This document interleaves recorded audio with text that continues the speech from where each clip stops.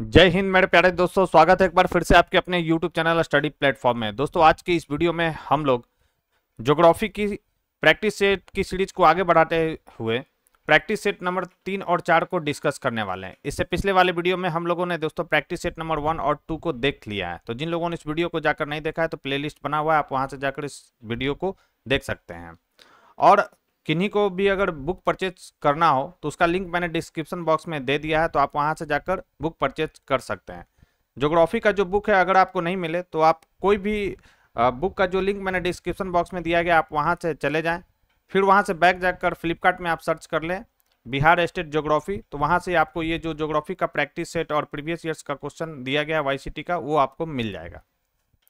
तो चलिए आज के फर्स्ट सवाल से हम इस डिस्कशन की शुरुआत करते हैं। और उससे पहले दोस्तों जिन लोगों ने अभी तक हमारे चैनल को सब्सक्राइब नहीं किया है तो सब्सक्राइब कर ले, बेल आइकन को प्रेस कर ले ताकि नई वीडियो की नोटिफिकेशन सबसे पहले आपको मिल सके। साथ ही साथ वीडियो पसंद आए प्लीज इस वीडियो को ज्यादा से ज्यादा लाइक करें और अपने दोस्तों के साथ शेयर करना बिल्कुल ना भूलें। तो फर्स्ट क्वेश्चन है, सूची 1 को सूची 2 से मिलान करना है। एक तरफ शहरों के प्रकार दिया गया और नगर। तो पहला है पतन शहर। तो पतन शहर कौन सा है? तो यह है बॉम्बे, कलकत्ता और मद्रास। औद्योगिक शहर की बात करें तो ये कौन सा है? भिलाई, राउरकेला और जमशेदपुर। ये सब क्या है? औद्योगिक शहर है। खनिज आधारित शहर कौन सा है? तो यह है सिंहभूम, क्योंझर और रीवा। ये क्या है? खनिज शहर है। और ऐतिहासिक शहर कौन सा हो जाएगा? तो ये हो जाएगा आगरा, जयपुर और मदुरई।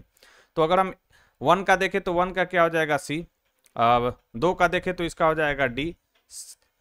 3 का देखें तो इसका हो जाएगा ए। और इसका क्या हो जाएगा? ऐतिहासिक शहर का क्या हो जाएगा? बी। तो इसका राइट आंसर हो जाएगा C D A B. C D A B किस में है? तो यह है ऑप्शन डी में। राइट आंसर हो जाएगा डी। नेक्स्ट है, भारत का एकमात्र नदी तट प्रमुख बंदरगाह डैश है। तो भारत का एकमात्र नदी तट प्रमुख बंदरगाह कौन सा है? राइट आंसर इसका हो जाएगा यह है दोस्तों कोलकाता का बंदरगाह, जो कि क्या है? एक नदी तट बंदरगाह है। इसका राइट आंसर हो जाएगा सी। नेक्स्ट है, भारत में सीमा सड़क संगठन यानी बीआरओ, बॉर्डर रोड ऑर्गेनाइजेशन की यह बात कर रहा है। स्थापना किस वर्ष हुई थी? तो बीआरओ की स्थापना आपको याद रखना है, इसकी स्थापना जो हुई थी दोस्तों 1960 ईस्वी में हुआ था। राइट आंसर हो जाएगा option A.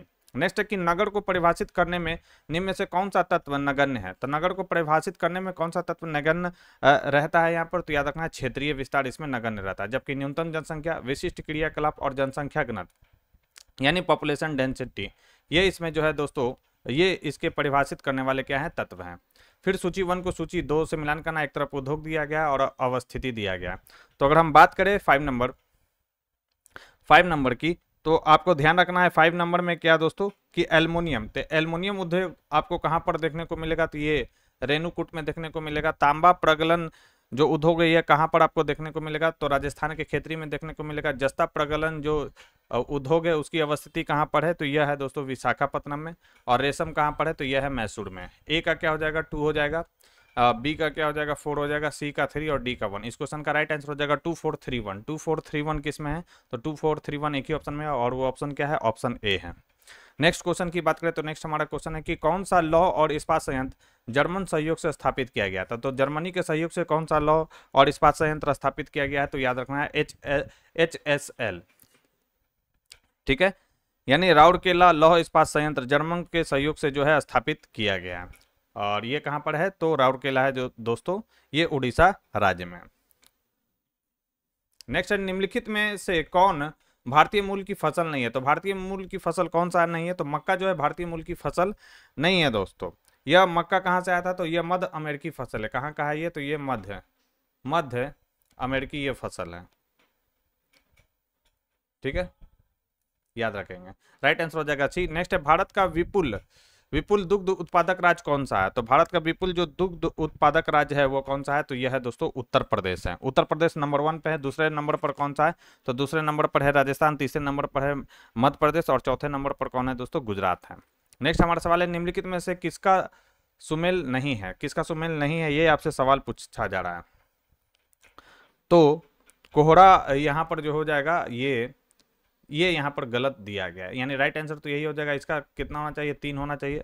Varsha co dot से और शांत को इस मतलब चिन्ह से दर्शाया जाता है और अस्पष्ट आकाश को इससे दर्शाया जाता है। गलत कौन सा है? तो कोहरा यहाँ पर जो है दोस्तों यहाँ पर गलत दिया गया है। 3 होना चाहिए था यहाँ पर।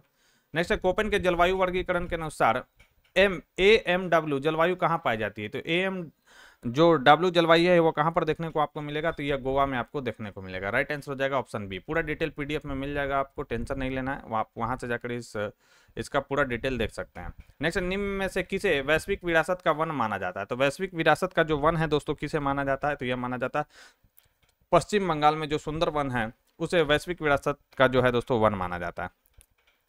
काजीरंगा कहाँ पर है, तो सभी को मालूम होगा कि यह कहाँ पर है, असम में।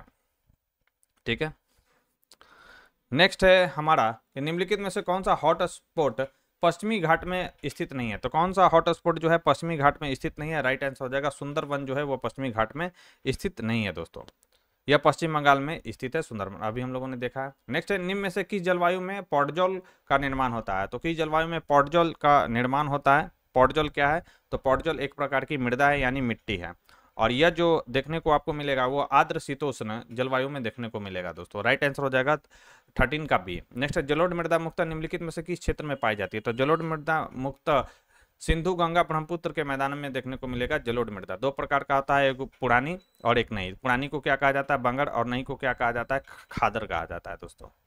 नेक्स्ट है निम्नलिखित में से कौन सी मृदा पोटास में समृद्ध है लेकिन फास्फोरस की कमी होती है? तो कौन सी मृदा है जो पोटास, उसमें पोटास अधिक पाया जाता है लेकिन फास्फोरस की उसमें कमी देखने को मिलता है? तो यह है जलोढ़ मृदा। राइट आंसर हो जाएगा ऑप्शन सी। नेक्स्ट है उत्तर पश्चिमी भारत में शीतकालीन वर्षा होती है? तो उत्तर पश्चिमी भारत में पिछले वाले सेट में भी यह सवाल आया था, तो उत्तर पश्चिमी भारत में जो शीतकालीन वर्षा होता है वह पश्चिमी विक्षोभ से पश्चिमी विक्षोभ के कारण होता है। राइट आंसर हो जाएगा सी। और ये कहाँ से पश्चिमी विक्षोभ आता है, तो भूमध्य सागरीय क्षेत्र से यह उत्पन्न होता है। नेक्स्ट, तमिलनाडु के तटीय इलाकों में बारिश का कारण क्या है? इंपॉर्टेंट सवाल है, वीवीआई और कॉमन भी सवाल है। तो तमिलनाडु के जो तटीय इलाकों में जो बारिश का कारण क्या होता है, तो इसमें जो बारिश का कारण है वो उत्तर पूर्वी मानसून के कारण तमिलनाडु के तटीय इलाकों में बारिश होता है। नेक्स्ट, हीराकुंड बांध जो है किस नदी पर है? तो हीराकुंड जो बांध है वो महानदी पर है, कहाँ पर, उड़ीसा में। नेक्स्ट, गंगा के मैदानी भाग में पुरातन जलोढ़ मिट्टी को कहते हैं? तो गंगा के मैदानी भाग में पुरातन जलोढ़ मिट्टी को जो है दोस्तों इसे बांगर कहा जाता है। अभी मैंने बताया था पुरानी जलोढ़ मिट्टी को क्या कहा जाता है, बांगर, और नई जलोढ़ मिट्टी को क्या कहा जाता है, खादर कहा जाता है, और ये सबसे उपजाऊ जलोढ़ मृदा होती है दोस्तों। फिर सूची 1 को सूची 2 से मिलान करना, एक तरफ नदियां और जलप्रपात दिया गया। तो शरावती नदी पर कौन सा जलप्रपात है? तो शरावती नदी पर आपको जलप्रपात है जोग जलप्रपात। सुवर्ण रेखा जो नदी है उस पर कौन सा जलप्रपात है? तो याद रखना है इस पर है हुंड्रू जलप्रपात। ठीक है, फिर बात करें शिव समुद्रम जो जलप्रपात है वो कावेरी नदी पर है, और धुआंधार जो जलप्रपात है वो किस नदी पे है? तो नर्मदा नदी पर है। तो ए का 3 हो जाएगा, बी का 1 हो जाएगा, सी का 4 और ए का 3, बी का 1, सी का 4 और डी का क्या हो जाएगा 2। तो इस क्वेश्चन का राइट आंसर हो जाएगा 3142। 3142 किसमें? ऑप्शन सी में। राइट आंसर हो जाएगा सी। नेक्स्ट है सूची 1 को सूची 2 से मिलान करना है। एक तरफ भारतीय दर्रे दिया गया, संपर्क जोड़ने वाले 2 क्षेत्र। तो जोजिला किसको किसको जोड़ता है? तो यह कश्मीर से लद्दाख को जोड़ता है, यह दर्रा। नाथुला जो है किसको जोड़ता है? तो यह सिक्किम से किसको जोड़ता है? चीन को जोड़ता है, याद रखेंगे। सिपकीला की अगर हम बात करें तो ये जोड़ता है हिमाचल प्रदेश से चीन को, और लिपुलेख किसको जोड़ता है? तो उत्तराखंड से चीन को जोड़ता है। तो ए का क्या हो जाएगा? ए का 2 हो जाएगा, और बी का 3 हो जाएगा, सी का 4 हो जाएगा, डी का 1। इस क्वेश्चन का राइट आंसर हो जाएगा 2341। 2341 किस में? तो यह है ऑप्शन डी में। नेक्स्ट है भारत की जलवायु में स्थानिक भिन्नता मिलने का मुख्य कारण क्या है? तो स्थानिक भिन्नता मिलने का मुख्य कारण भारत की जलवायु में क्या है? राइट आंसर हो जाएगा देश की प्राकृतिक जो विषमता है वह है दोस्तों। नेक्स्ट है निम्नलिखित नदियों में से किस नदी पर धुआंधार जलप्रपात है? अभी हम लोगों ने देखा था धुआंधार जो जलप्रपात है वह किस नदी पर है? तो यह नर्मदा नदी पर। नेक्स्ट है भारत की प्रायद्वीपीय नदियां निम्नलिखित में से किसका उदाहरण है? तो भारत की जो प्रायद्वीपीय नदियां हैं किसका उदाहरण है? तो यह उदाहरण है अनुवर्ती अपवाह का। राइट आंसर हो जाएगा डी। नेक्स्ट है महानदी का उद्गम डैश से होता है? तो महानदी का जो उद्गम है कहाँ से देखने को आपको मिलता है?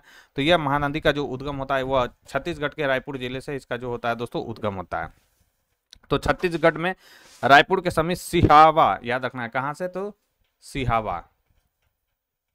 सिहावा नामक स्थान से निकलकर पूर्व एवं दक्षिण पूर्व दिशा में बहते हुए उड़ीसा में कटक के समीप कई वितरिकाओं में विभाजित होते हुए डेल्टा का यह क्या करता है करती है दोस्तों? निर्माण करती है महानदी। नेक्स्ट है दक्षिण भारत का सर्वोच्च शिखर कौन सा है? तो दक्षिण भारत का सर्वोच्च जो शिखर है उसका नाम है अनाईमुडी। क्या नाम है इसका? अनाईमुडी है, और इसकी ऊंचाई भी आपको याद रखना है, यह कितना है? तो 2695 मीटर है दोस्तों। नेक्स्ट है कि वृक्षनुमा अपवाह प्रणाली विकसित होती है? तो वृक्षनुमा जो अपवाह प्रणाली है वह समान संरचना युक्त समतल क्षेत्र में विकसित होता है। राइट आंसर हो जाएगा ऑप्शन ए। थोड़ा स्पीड बहुत मैं चल रहा हूं दोस्तों, क्योंकि 200 क्वेश्चन हमें करने हैं। नेक्स्ट है, भारत का क्षेत्रफल कितना है? इजी सवाल है। तो भारत का जो क्षेत्रफल है वो 32,87,263 वर्ग किलोमीटर है। राइट आंसर हो जाएगा डी। कोरोमंडल तट डैश में स्थित है? तो कोरोमंडल जो तट है वह तमिलनाडु में स्थित है। राइट आंसर हो जाएगा बी। नेक्स्ट है, निम्नलिखित में से किस राज्य की सबसे लंबी तट रेखा? तो किस राज्य की सबसे लंबी तट रेखा है? तो यह है गुजरात राज्य की सबसे लंबी तट रेखा। और भारत के कितने राज्य तट ये समुद्री तट से लगे हुए हैं? तो याद रखना है ये भी पॉइंट, 9 राज्य जो है समुद्री तट से लगे हुए हैं। नेक्स्ट है, वान थ्यूनेन के कृषि भूमि उपयोग मॉडल में दूसरी पेटी जिसे दर्शाती वह कौन सा है? तो वान थ्यूनेन ने कृषि भूमि उपयोग का मॉडल दिया था और उसमें दूसरी जो पेटी है दोस्तों वह किसको दर्शाता है? याद रखना है, इंपॉर्टेंट ये सवाल है। तो उसमें जो दूसरी पेटी है वह जलाऊ लकड़ी उत्पादन को इसमें क्या किया गया दोस्तों? दर्शाया गया है। प्रथम पेटी में क्या है? तो इसमें फल, साग सब्जी एवं दूध का उत्पादन किया जाता है। दूसरी पेटी में जलाऊ लकड़ी का उत्पादन है। तीसरी पेटी में जो है गहन कृषि द्वारा अन्न का उत्पादन किया जाता है। चौथी पेटी में क्या है? इसमें अन्न की खेती के साथ साथ कुछ भूमि को परती भी छोड़ा जाता है। और पांचवी पेटी में क्या है? तो इसमें परती और चारागाह की अधिकता पाई जाती है तथा कुछ भूमि पर जो है अन्न की खेती की जाती है। और छठी 6 पेटी बताया गया था इनके द्वारा। इस पेटी में क्या किया जाता है? पशुपालन किया जाता है। ये जो है पशुपालन, ये छठी पेटी में है, याद रखेंगे। नेक्स्ट है कि नैरो यानी संकीर्ण गेज के रेल की चौड़ाई कितनी होती है? तो इसमें जो रेल की चौड़ाई होती है दोस्तों वह कितना होता है? तो यह होता है 0.762 मीटर होता है। राइट आंसर हो जाएगा ऑप्शन बी। नेक्स्ट, निम्नलिखित में से कौन प्राकृतिक बंदरगाह? तो प्राकृतिक बंदरगाह का उदाहरण है दोस्तों फ्री टाउन। फ्री टाउन जो है वह एक प्राकृतिक बंदरगाह है। तो फ्री टाउन जो है सियरा लियोन की राजधानी एवं प्रमुख प्राकृतिक बंदरगाह है। किसकी राजधानी है फ्री टाउन? तो सियरा लियोन की। नेक्स्ट है, कामेकान जो संसार की सबसे लंबी पाइपलाइन है की लंबाई क्या है? कामेकान, तो इसकी जो लंबाई है दोस्तों कामेकान की लंबाई वो कितना है? तो 4800 किलोमीटर है। राइट आंसर हो जाएगा ऑप्शन सी, इसका राइट आंसर हो जाएगा। और यह पाइपलाइन क्या करता है?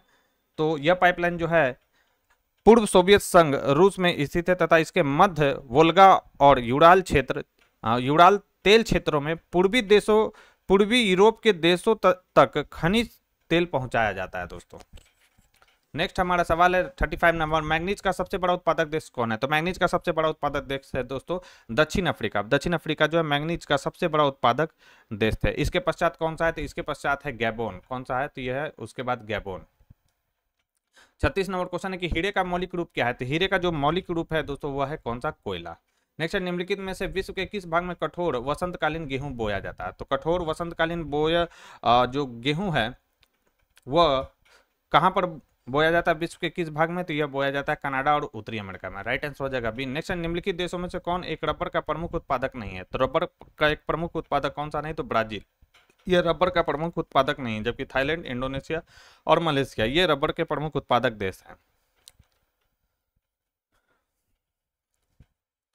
रबर जो है कैसा है? तो ये उष्णकटिबंधीय पौधा है। इसका जन्म अमेजन नदी की घाटी में है, की घाटी है। इसके लिए 21 डिग्री सेल्सियस से 27 डिग्री सेल्सियस तापमान तथा वर्षा कितना होना चाहिए? तो अगर उष्णकटिबंधीय है तो इसमें वर्षा 200 सेंटीमीटर से अधिक होना चाहिए अगर रबर का जो है दोस्तों पौधा अगर आपको क्या करना, उगाना है तो। नेक्स्ट कि लोहा एवं इस्पात उद्योग है। तो लोहा एवं इस्पात जो उद्योग है वह द्वितीयक व्यवसाय है। राइट आंसर हो जाएगा ऑप्शन बी। नेक्स्ट, विरल संसाधन में निम्नलिखित में से कौन सा तत्व शामिल नहीं है? तो विरल संसाधन में याद रखना है प्राकृतिक गैस इसमें शामिल नहीं है। नेक्स्ट, निम्नलिखित में से कौन सा देश कैस्पियन सागर से सीमा नहीं बनाता? तो कैस्पियन सागर से कौन सा देश सीमा नहीं बनाता? राइट आंसर हो जाएगा इराक जो है कैस्पियन सागर से सीमा नहीं बनाता। जबकि अजरबैजान, ईरान और कजाकिस्तान ये कैस्पियन सागर से जो है दोस्तों सीमा बनाते हैं। ठीक है, कौन सा देश नहीं बनाता है? तो इराक जो है नहीं बनाता है। और भी अगर हम बात करें कि कैस्पियन सागर से सीमा बनाने वाले देश कौन कौन सा? तो एक अजरबैजान हो गया, ईरान हो गया, कजाकिस्तान हो गया, एक याद रखना है तुर्कमेनिस्तान हो गया। क्या याद रखना है? तुर्कमेनिस्तान हो गया। और क्या हो गया दोस्तों? एक याद रखना है रूस। ठीक है, तो ये 5 जो देश है वो कैस्पियन सागर से अपनी सीमा साझा करते हैं। नेक्स्ट है, किस झील के चारों ओर बसा गांव किस प्रतिरूप में होता है? यानी किसी झील के चारों ओर बसा गांव जो होता है किस प्रतिरूप में आएगा? तो यह जो है दोस्तों निहारिकीय प्रतिरूप के रूप में आएगा। नेक्स्ट है, निम्नलिखित में से कौन सी आदिवासी खानाबदोश चरवाहे हैं? तो आदिवासी खानाबदोश चरवाहे कौन से हैं? तो यह है मसाई। ठीक है, ये आदिवासी खानाबदोश जो है चरवाहा है। एस्किमो जो है ग्रीनलैंड, अलास्का एवं कनाडा में पाए जाने वाले खाद्य संग्राहक यानी खाना को इकट्ठा करने वाला एवं आखेटक, आखेटक मतलब होता है शिकार, शिकार करने वाला क्या है दोस्तों? यह जनजाति है। बोडो कहाँ पर पाया जाता है, तो यह अमेजन बेसिन में पाई जाने वाली खाद्य संग्राहक और शिकार करने वाली जनजाति है। इसी प्रकार जो पिग्मी जो है कहाँ पर पाया जाता है, तो कांगो बेसिन में पाई जाने वाली खाद्य संग्राहक और शिकार करने वाली जनजाति है। मसाई लोग पशुचारक के रूप में पूर्वी अफ्रीका के कहाँ पे रहते हैं, तो याद रखना है केन्या, केन्या, उत्तरी तंजानिया तथा पूर्वी युगांडा के पठारी प्रदेशों में ये रहते हैं। नेक्स्ट है, निम्नलिखित में से कौन सा युग्म सुमेलित नहीं है। एक तरफ प्रजाति और क्षेत्र दिया गया है, कौन सा सुमेलित नहीं है, ये आपसे सवाल पूछा गया। आइए देखते हैं कौन सा सुमेलित इसमें से नहीं है। तो जाकुन जो है इसका जो यह जो प्रजाति है मलेशिया में पाया जाता है, बिल्कुल सही है। बोंटोक जो है फिलीपींस में पाया जाता है, यह भी सही है। खमेर जो है कंबोडिया में पाई जाने वाली प्रजाति है, बिल्कुल सही है। मोन जो है दोस्तों, मोन इंडोनेशिया में नहीं पाया जाता, बल्कि कहाँ पर पाया जाता है, तो यह म्यांमार एवं थाईलैंड में यह पाया जाता है। कहाँ पर, म्यांमार एवं थाईलैंड में पाई जाने वाला यह प्रजाति है। तो राइट आंसर हो जाएगा ऑप्शन डी। नेक्स्ट है, निम्नलिखित में से कौन सा विषय जनसंख्या एवं मानव समुदाय के महत्वपूर्ण आंकड़ों के अध्ययन से संबंधित है। तो जनसंख्या एवं मानव समुदाय के महत्वपूर्ण आंकड़ों के अध्ययन से संबंधित कौन सा है इसमें, राइट आंसर हो जाएगा यह जननांकी यानी डेमोग्राफिक। नेक्स्ट है 46 नंबर, वृद्धि की सीमाएं सिद्धांत संबंधित है। तो वृद्धि की सीमाएं सिद्धांत जो संबंधित है वह नव माल्थसवादी सिद्धांत से संबंधित है। राइट आंसर हो जाएगा ऑप्शन सी। नेक्स्ट है, विश्व की लगभग 50% जनसंख्या किस अक्षांश के बीच केंद्रित है। तो विश्व की लगभग 50% जो जनसंख्या है वह 20 डिग्री नॉर्थ से 40 डिग्री नॉर्थ के बीच जो है दोस्तों केंद्रित है। राइट आंसर हो जाएगा 47 का क्या, बी। नेक्स्ट है, सूची 1 को सूची 2 से मिलान करना है। एक तरफ भूगोलविदों का नाम दिया गया और राष्ट्रीयता दिया गया। तो सबसे पहले हम देखते हैं रेड जेल। तो रेड जेल की राष्ट्रीयता क्या थी, तो ये जर्मनी के रहने वाले थे। सैंपल कहाँ के रहने वाले थे, तो ये संयुक्त राज्य अमेरिका के रहने वाले थे यानी यूएसए के। डेडले स्टाम्प कहाँ के रहने वाले थे, तो ये ग्रेट ब्रिटेन के रहने वाले थे। और ब्लॉस कहाँ के रहने वाले थे, तो फ्रांस के। तो अगर हम बात करें तो ए का क्या हो जाएगा, 3 हो जाएगा, सॉरी ए का 4 हो जाएगा, बी का क्या हो जाएगा, 3 हो जाएगा, सी का क्या हो जाएगा दोस्तों, तो सी का 2 हो जाएगा और डी का 1। तो इसका राइट आंसर हो जाएगा 4 3 2 1। 4 3 2 1 किसमें है, तो यह है ऑप्शन सी में। नेक्स्ट है, किसने राजनीतिक भूगोल को मानव भूगोल के उस भाग से संबंधित बताया जो क्षेत्रीय घटक से युक्त राजनीतिक संश्लिष्ट का वर्णन करता है। तो यह बताने वाले कौन थे, तो यह बताया था YM सो ब्लेट ने यह बताया था। राइट आंसर हो जाएगा ऑप्शन है। नेक्स्ट है, निम्नलिखित में से कौन सा एक मानव भूगोल का उपागम नहीं है। तो मानव भूगोल का उपागम निम्नलिखित में से कौन सा नहीं है, तो मात्रात्मक क्रांति जो है मानव भूगोल का उपागम नहीं है। जबकि क्षेत्रीय विभिन्नता, स्थानीय संगठन और अन्वेषण तथा वर्णन ये मानव भूगोल का क्या है दोस्तों, उपागम है। नेक्स्ट, निम्नलिखित में से कौन से भूगोल में द्वैतवाद प्रस्तुत करता है। भूगोल में द्वैतवाद प्रस्तुत कौन करता है, ये आपसे सवाल पूछा गया। राइट आंसर की बात करें तो 51 का राइट आंसर हो जाएगा, यह करता है प्रादेशिक एवं क्रमबद्ध भूगोल। नेक्स्ट, निम्नलिखित में से कौन सा सही सुमेलित नहीं है। कौन सा सही सुमेलित नहीं है आपको यह बताना है। तो स्वपोषी जो होते हैं उत्पादक होते हैं, बिल्कुल सही है। परपोषी जो होते हैं उपभोक्ता होते हैं, यह भी बिल्कुल सही है। मृतोपजीवी जो होते हैं विघटक होते हैं, यानी कवक और जीवाणु क्या होते हैं, विघटक के रूप में इसको शामिल किया गया है। तृणभक्षी जो होते हैं द्वितीयक उपभोक्ता नहीं होता है, ठीक है, याद रखना है। तो इसका राइट आंसर क्या हो जाएगा, इसका राइट आंसर हो जाएगा ऑप्शन डी, इसका परफेक्ट आंसर होगा। चलिए आगे बढ़ते हैं हम लोग।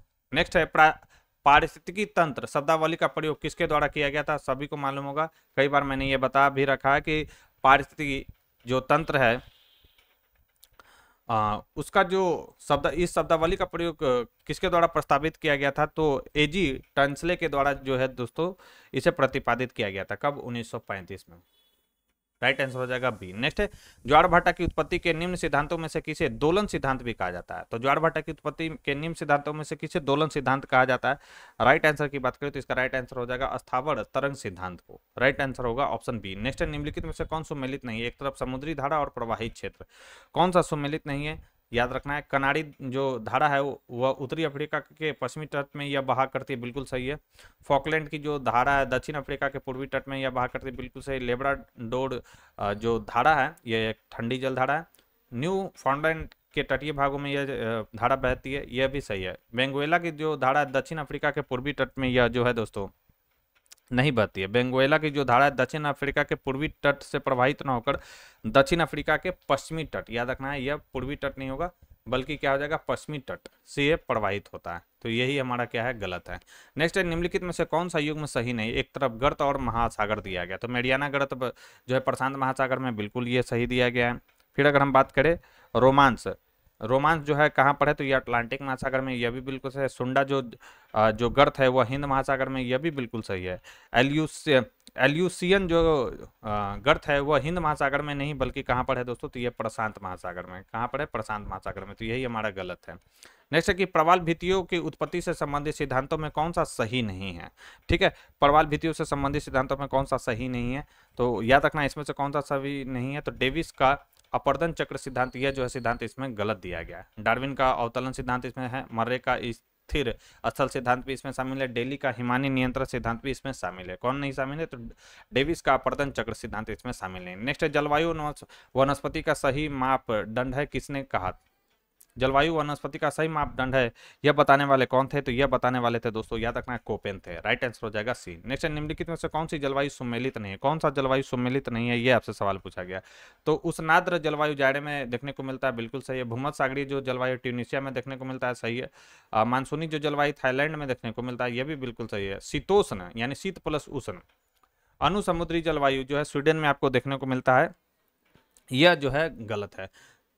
स्वीडन में क्या देखने को मिलेगा, तो यह टैगा जलवायु, यहाँ पर कैसा जलवायु, तो टैगा जो जलवायु है वो आपको स्वीडन में देखने को मिलेगा। इसलिए इसका राइट आंसर ऑप्शन डी इसका जो होगा परफेक्ट आंसर हो जाएगा। सूची 1 को सूची 2 से मिलान करना है। एक तरफ चिनुक हवाएं दिया गया है और बताना है कि कहाँ से ये बहा करती है। तो चिनुक जो है कहाँ से है, तो चिनुक जो है रॉकी पर्वत के पूर्वी ढाल में यह हवा बहती है। सिरोको जो है कहाँ पर, तो सिरको जो है यह उत्तरी सहारा मरुस्थल में यह बहा करती है। बोरा जो है कहाँ पर, तो बोरा एड्रियाटिक सागर का जो पूर्वी तट है उससे यह होकर बहता है।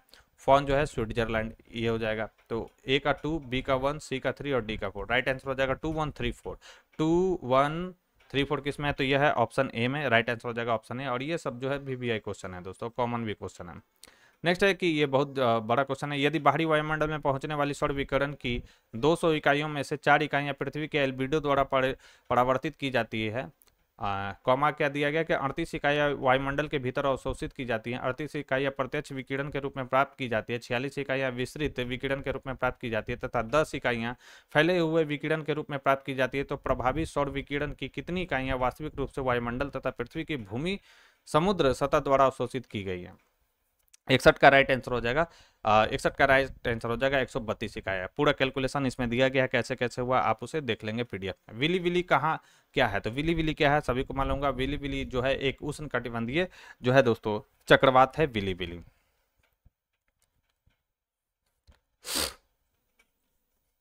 राइट आंसर क्या हो जाएगा 62 का ए। नेक्स्ट निम्नलिखित में से किस गैस का पृथ्वी के वायुमंडल में आयतन के आधार पर न्यूनतम प्रतिशत है। आयतन के आधार पर न्यूनतम प्रतिशत किस गैस का, यह सवाल पूछा गया, तो यह है हाइड्रोजन का। राइट आंसर हो जाएगा सी। सूची 1 को सूची 2 से मिलान करना। एक तरफ भू आकृति दिया गया, अपर्दन के कारण कारक। प्राकृतिक तटबंध, तो प्राकृतिक जो तटबंध है याद रखना है आपको, यह बहता जल के कारण यह बनता है भू आकृति। टेरा रोसा जो है भूमिगत जल के कारण यह भू आकृति बनता है। सर्क जो है यह सर्क हिमानी से बनता है। और इंसेलबर्ग जो है पवन के द्वारा जब अपर्दन होता है तो उसके कारण जो है इंसेलबर्ग देखने को मिलता है। तो ए का 3 हो जाएगा और बी का क्या हो जाएगा दोस्तों 4, सी का 2 और डी का 1। इस क्वेश्चन का राइट आंसर हो जाएगा 3 4 2 1। 3 4 2 1 किसमें, तो यह है ऑप्शन सी में। नेक्स्ट है अपर्दन के समान चक्र की अवधारणा की संकल्पना किसने दी थी। तो अपर्दन के समान चक्र की अवधारणा किसके द्वारा दिया गया था, तो यह दिया गया था डेविस WM के द्वारा। राइट आंसर हो जाएगा ऑप्शन ए। नेक्स्ट है निम्नलिखित में से कौन सा अनाच्छादन प्रक्रम का उदाहरण नहीं है। तो कौन सा अनाच्छादन प्रक्रम का उदाहरण नहीं है, तो यह है निक्षेपण। नेक्स्ट है राष्ट्रीय सुदूर संवेदन केंद्र अवस्थित है। तो राष्ट्रीय सुदूर संवेदन केंद्र जो है हैदराबाद में अवस्थित है। राइट आंसर हो जाएगा डी। नेक्स्ट है भारतीय उपग्रह भू निरीक्षण उपग्रह 3 यानी EOAS-3 जो एक सुदूर संवेदी उपग्रह है, कब प्रक्षेपित किया गया था। तो यह जो है भू निरीक्षण उपग्रह 3 कब प्रक्षेपित किया गया था, तो इसे प्रक्षेपित किया गया था भारत सरकार के द्वारा कब, तो 12 अगस्त 2021 को। राइट आंसर हो जाएगा ऑप्शन सी।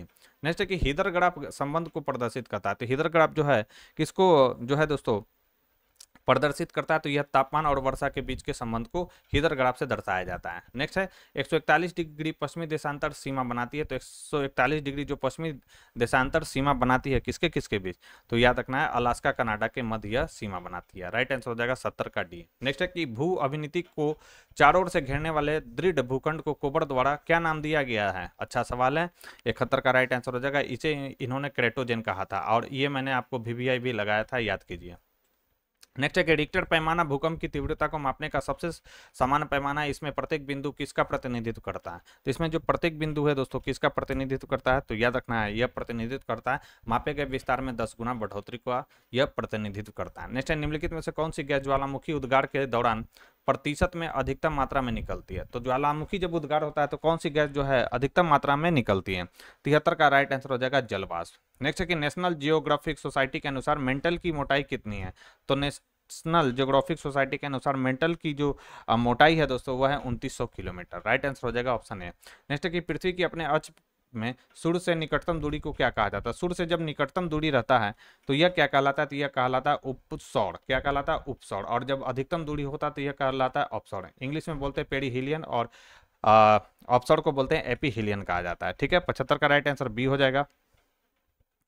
और अपसौर कब होता है, अपसौर याद रखना है यह होता है 4 जुलाई को। कब होता है, तो यह होता है 4 जुलाई को देखने को मिलता है। ठीक है, और उपसौर कब होता है, तो यह होता है 3 जनवरी को। कब होता है, तो यह 3 जनवरी को देखने को मिलता है।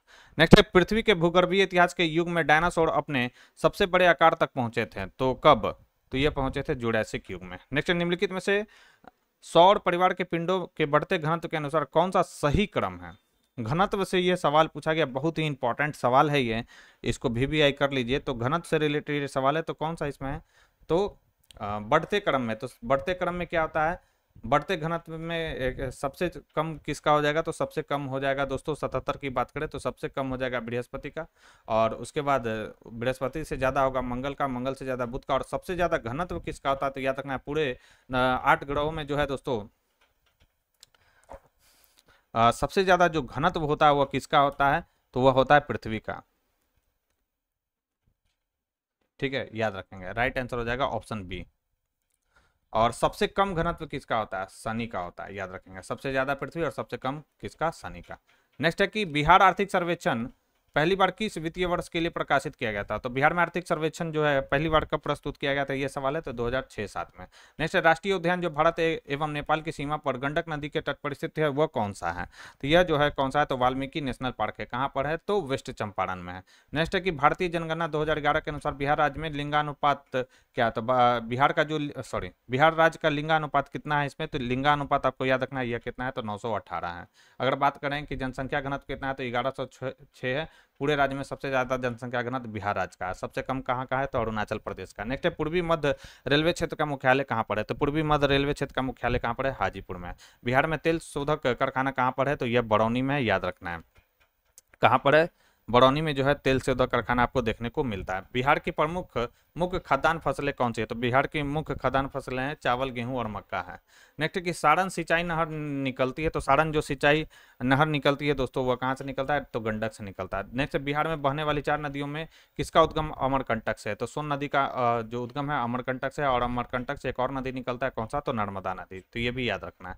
बिहार की द्वितीय राजभाषा क्या है, इंपॉर्टेंट सवाल है। तो बिहार की जो द्वितीय राजभाषा वो कौन सा है, उर्दू है। ठीक है, बिहार में हिंदी भाषा शैक्षणिक और आधिकारिक मामले के लिए इस्तेमाल की जाने वाली भाषा है, जबकि 1981 में बिहार की दूसरी आधिकारिक भाषा जो है का दर्जा किसे दिया गया था, तो उर्दू को। कब, 1981, ये डेट भी याद रखना है। बिहार के किस जिले में जनसंख्या का घनत्व सबसे अधिक है, तो सर्वाधिक जनसंख्या का घनत्व कहाँ पर देखने को मिलेगा, जाहिर सी बात है ये पटना में देखने को मिलेगा। राइट आंसर हो जाएगा ऑप्शन सी। नेक्स्ट हमारा सवाल है कि मुंबई में पहली सफल कपड़ा मिल किस वर्ष स्थापित की गई थी, तो याद कीजिए ये भी मैंने सवाल करा रखा है कि मुंबई में पहली जो है सफल कपड़ा मिल किस वर्ष स्थापित किया गया था, तो 1854 ईस्वी में। और बात करें कि देश में आधुनिक स्तर पर सूती वस्त्र उद्योग के प्रथम कारखाने की जो स्थापना है 1818 में किया गया था, याद रखना 1818 में। कहाँ पर, तो फोर्ट ग्लोस्टर में। कहाँ पे, फोर्ट ग्लोस्टर में। कहाँ पर है ये, तो कोलकाता में, जो कि क्या रहा था, असफल रहा था। नेक्स्ट हमारा सवाल है, निम्नलिखित में से कौन सा मानचित्र डायनेमिक मैप यानी गतिशील मानचित्र के रूप में जाना जाता है? तो डायनेमिक मानचित्र के रूप में किसे जाना जाता है? तो यह जाना जाता है प्रवाह नक्शा को। नेक्स्ट है, वेबर के औद्योगिक अवस्थिति मॉडल के अनुसार निम्नलिखित में से किस स्थिति में उद्योग का उपयोग स्थान स्थानीय कच्चे माल के स्रोत के निकट होगा? तो ये सवाल दिया गया है। पहला है कि यदि किसी उद्योग का भौतिक सूचकांक 1 से अधिक हो, यदि किसी उद्योग का भौतिक सूचकांक 0 के बराबर हो। 90 का जो राइट आंसर हो जाएगा वो क्या हो जाना चाहिए? तो 90 का राइट आंसर हो जाएगा ऑप्शन बी, यानी यदि किसी उद्योग का भौतिक सूचकांक 1 से अधिक हो तब ये होगा। ठीक है, ये निकट होगा। नेक्स्ट है 91 नंबर, कृषि भूदृश्य में आर्थिक लगान का विचार पहले किसने दिया था? तो आर्थिक लगान का जो विचार है कृषि भूदृश्य में सबसे पहले देने वाले कौन थे? तो ये थे वान थ्यूनेन। नेक्स्ट है, तेहरान किस पर्वत पर स्थित है? तो इंपॉर्टेंट सवाल है, तेहरान जो है किस पर्वत पर स्थित है? तो याद रखना, यह एल्ब्रुज पर्वत पर स्थित है तेहरान। और ये क्या है? ईरान की राजधानी है, सभी को मालूम होगा। कार्यावली यानी एजेंडा 21 किस विश्व स्तरीय सम्मेलन में अपनाई गई थी? तो एजेंडा जो 21 है कब अपनाया गया था, किस विश्व स्तरीय पर? तो ये अपनाया गया था रियो पृथ्वी शिखर जो सम्मेलन हुआ था, कब हुआ था? 1992 में हुआ था, ब्राजील के रियो डी जेनरियो में। वहां पर जो है एजेंडा 21 जो है दोस्तों अपनाई गई थी। नेक्स्ट हमारा सवाल, ये पूरा आंसर दिया गया। नेक्स्ट, इनमें से जो उष्णकटिबंधीय चक्रवात होने के लिए कारण है, ऐसे वातावरणीय विज्ञानियों द्वारा कही गई परिस्थिति में कौन सा संभव नहीं हुआ है? तो कौन सा संभव नहीं हुआ, यह सवाल दिया गया। राइट आंसर हो जाएगा भूमध्य रेखीय स्थान इसमें संभव नहीं हुआ। नेक्स्ट, पृथ्वी की निम्नलिखित पेटियों में से कौन सी सबसे कम सूर्यता प्राप्त करती है? इजी सवाल है, कौन सा पेटी सबसे कम सूर्यता प्राप्त करेगा? तो यह है उपध्रुवीय पेटी। नेक्स्ट, पर्यावरण का मौसम रखने वाला होता है। तो पर्यावरण का जो मौसम रखने वाला होता है वो क्षोभ मंडल होता है। राइट आंसर हो जाएगा सी। नेक्स्ट, एक जगह पर शाम के 6 बजे ज्वार आता है, तो अगला ज्वार दूसरी बार कब होगा? तो अगला जो ज्वार है दूसरी बार कब देखने को मिलेगा? तो दूसरे दिन 6:26 जब AM होगा तब दूसरा ज्वार आपको देखने को मिलेगा। नेक्स्ट, तटों पर लवणता का स्तर कैसा रहता है? तो तटों पर जो है लवणता का स्तर घटता है, याद रखना है। नेक्स्ट, निम्नलिखित पर्वत निर्माण सिद्धांतों को उनके प्रकाशन वर्ष के क्रम में व्यवस्थित कीजिए। पहला प्लेट टेक्टोनिक का सिद्धांत, दूसरा सागर तल विस्तार का सिद्धांत, महाद्वीपीय बहाव का सिद्धांत यानी कॉन्टिनेंटल ड्रिफ्ट थ्योरी, संवहन धारा का सिद्धांत। आइए एक एक कर हम देखते हैं। बहुत ही अच्छा ये सवाल दिया गया। तो अगर हम बात करें कि महाद्वीपीय प्रवाह का सिद्धांत, तो अल्फ्रेड वेगनर ने इसे दिया था 1912 में। संवहन धारा की अगर हम बात करें तो यह दिया गया था 1930 में। सागर नीतल विस्तरण जो है यानी सागर नीतल ये दिया गया था 1960 में। और टेक्टोनिक सिद्धांत दिया गया था 1967 में। तो आप देख सकते हैं सबसे पहले तो 3 आएगा, 3 के बाद 4 आएगा, 4 के बाद 2 आएगा और उसके बाद 1 आएगा। 3 4 2 1 इसका राइट आंसर हो जाएगा। राइट आंसर हो जाएगा सी। निम्नलिखित में से किस चट्टान में लिथिफिकेशन प्रक्रिया होती है? लिथिफिकेशन प्रक्रिया किस चट्टान में आपको देखने को मिलेगा? राइट आंसर हो जाएगा यह देखने को मिलेगा चूना पत्थर की चट्टानों में। तो ये था हमारा प्रैक्टिस सेट नंबर 3। तो वीडियो पसंद आ रही हो दोस्तों तो वीडियो को लाइक और अपने दोस्तों के साथ शेयर करना ना भूले। और इसका जो बुक का जो सारे बुक का जो लिखा है, जूलॉजी, बॉटनी, सामाजिक विज्ञान यानी सोशल साइंस, गणित, हिंदी, इंग्लिश और भी बहुत सारे सब्जेक्ट है उसमें दिए गए। तो उसका लिंक मैंने डिस्क्रिप्शन बॉक्स में दे दिया है, तो आप वहां से जाकर उसे परचेज कर लें।